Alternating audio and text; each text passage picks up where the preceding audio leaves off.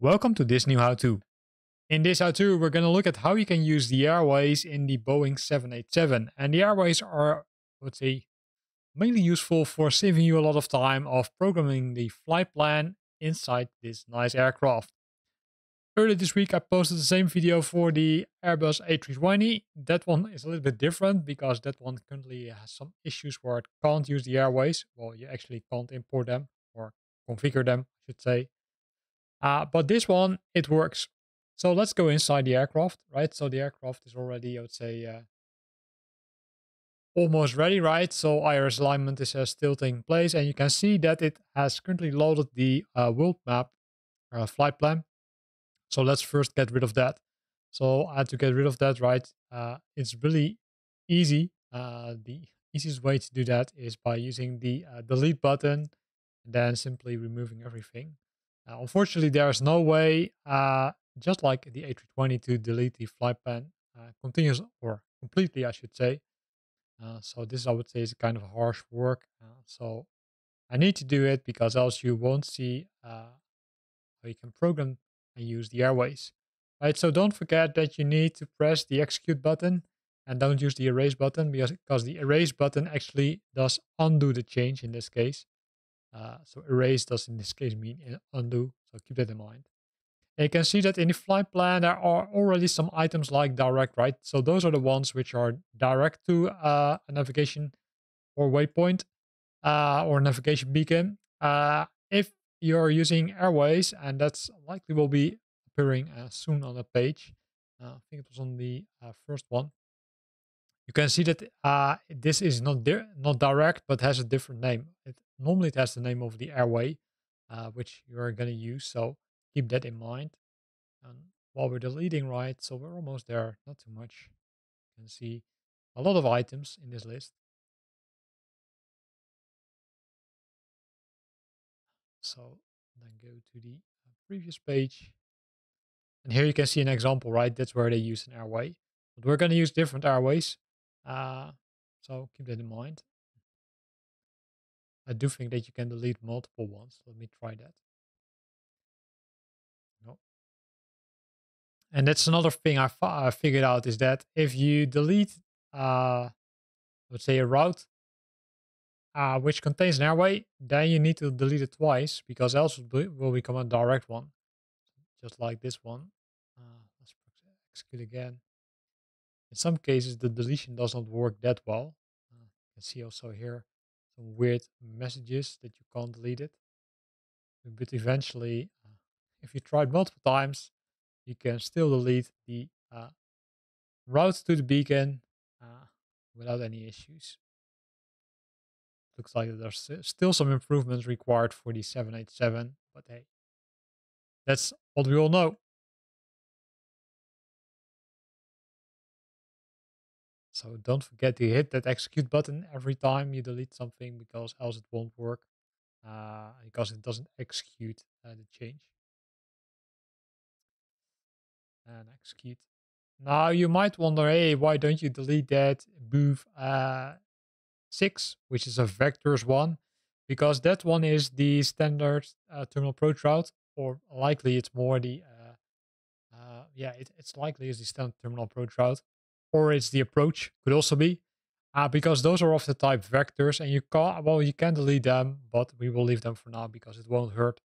So how can we start, right? So the first thing, and that's really important, that's also what I figured out and also confirmed by someone on the forum, is that you need to define a departure. So in this case, I'm departing from runway 9, and then you can also select an SID which you're going to use, right? So I'm selecting BRDR number 7 and then hit execute. Once I've done that, you can see that that one is added to the list of the flight plan. So you can see BRDR7 and that one goes to a browse. Make sure that you select the correct one, right? Else some weird things might happen. And if I would go now here to the plan, you would see that it has added something, right? So I can use the zoom in or the range button, which is over here. to zoom in or out, and then you can see that it has added the flight, or at least a part of the flight, to brown, which is good, right? So let's now configure the rest of the airport, or airport flight route. So to do that, I use Navigraph, right? It's my favorite too. You can use SimBrief for it also, which actually I would say can be imported into Navigraph charts. So I'm going to also dismiss this one because I already loaded the flight plan.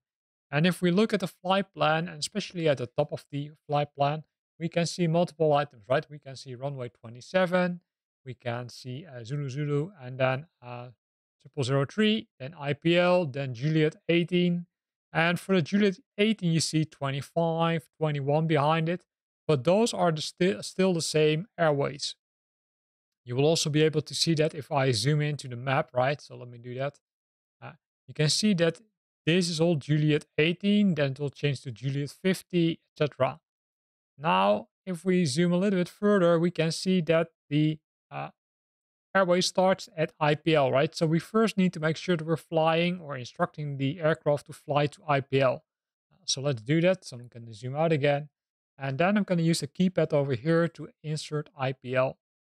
If you insert it, it will appear here, right? So IPL, and then I hit the button over here.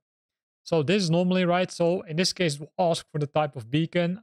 In Navigraph charts, you can see it easily, but also if you would open the VFR map, which I'm going to do now, you will be able to investigate, hey, what kind of beacon is this?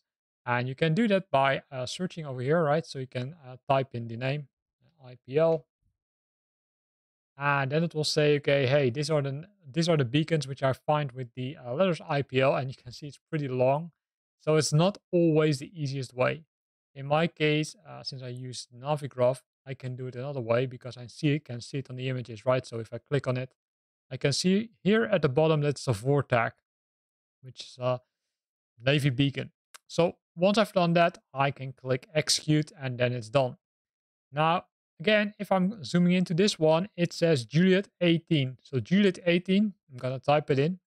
That's the airway which I want to use. And as soon as I hit this nice button, in some cases it takes some time, right? So say, don't click too much or too fast because then you will have multiple entries. And then you will see the text over here, then. So in that case, I want to figure out, okay, what's the end beacon, the last beacon I'm using this airway for, until we're changing to a different airway or we're changing back to a direct. In this case, that's a GBN. So I'm gonna enter GBN and then hit the button over here. Don't make the mistake to hit the execute button already, because then it will simply remove it, because then it doesn't know where to fly to. So, and if I hit execute, you can see that it has added all the information here.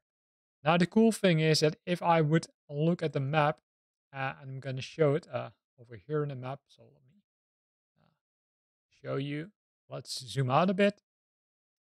Then you will see that it now has added multiple beacons or multiple navigation points or waypoints uh, to this nice flight plan, right? So also if I would open the VFR map by pressing the letter V from Victor, you can see that it has added multiple items already.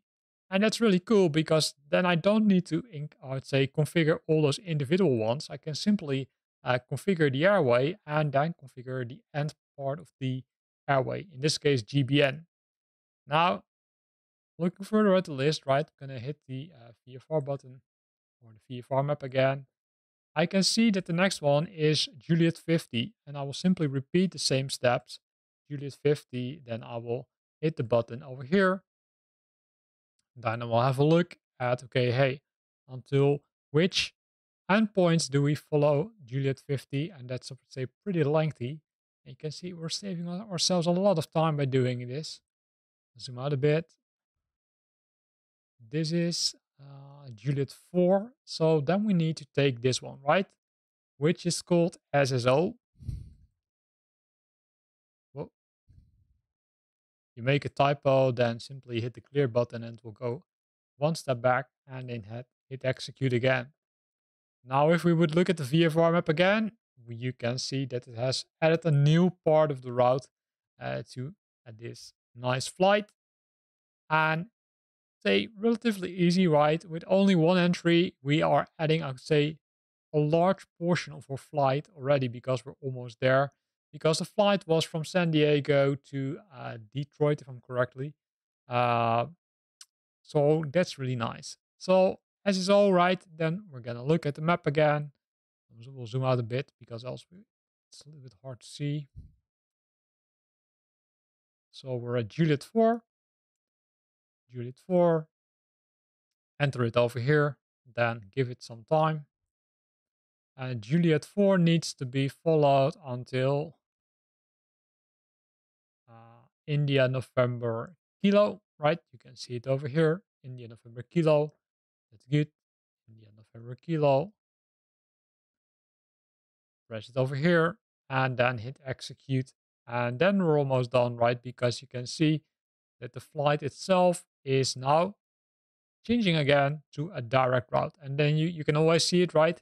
In case of Navigraph charts, you can see it over here. You can see now the distances over here and the degrees. While in the previous part, right? So let me go back a bit. You saw that there was an identification of the airway over here, which is shown. So keep that in mind. But with this, I would say we're already, I would say, making a good start, right? Because after this, you've got Geeky. So let's hit next and then enter Geeky. And then it's a direct one. So we will enter the button here. And that's being added to the flight plan. And then you can see that it changes to green, which means that we're entering the approach route likely. Uh, so we're hitting execute. And then we can do the rest, right? So we can simply, I would say, have a look at this and then either decide to configure those individual waypoints, as you see over here, or you can decide to use the departure and arrival button, then go to the index, then go to the arrival route of Kilo Delta Foxtrot Whiskey, and then select Bovie 6 as the star route. Here you can see it's a star, the standard terminal approach route. And select the correct runway once you're close enough to the airport, of course, because it could be that they will instruct to use a different runway. But that's how it works. So relatively easy to configure your flight plan, right? By using airways, you will save yourself a lot of time because you saw that the imported flight plan from the world map was over 6 pages. And now we reduced it to a small number of pages, actually 3 pages, which is really cool. And eventually we're doing almost the same, right? You can see that the Bovie star starts here. So likely you would need to add those, say, waypoints also. Else you are, I'd say, kind of, well, it will stop navigating in the middle if you're unlucky. You can always confirm that by pressing the V button, right? Or using the built-in panel within the aircraft. But that one is, I would say, a little bit less nice to zoom into, especially for the recording of this video. So we're going to move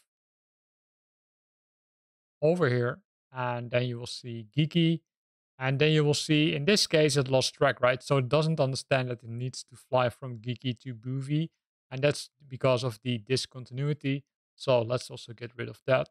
So we can press delete and then hit the entry above the discontinuity and hit execute. Normally you won't do that, right? There's a lot of discussions on the fora, both from Flight Simulator, but also several other ones, where they say, hey, you need to leave the discontinuity in because normally and if I'm incorrect, then let me know because I'm also reading things on the internet.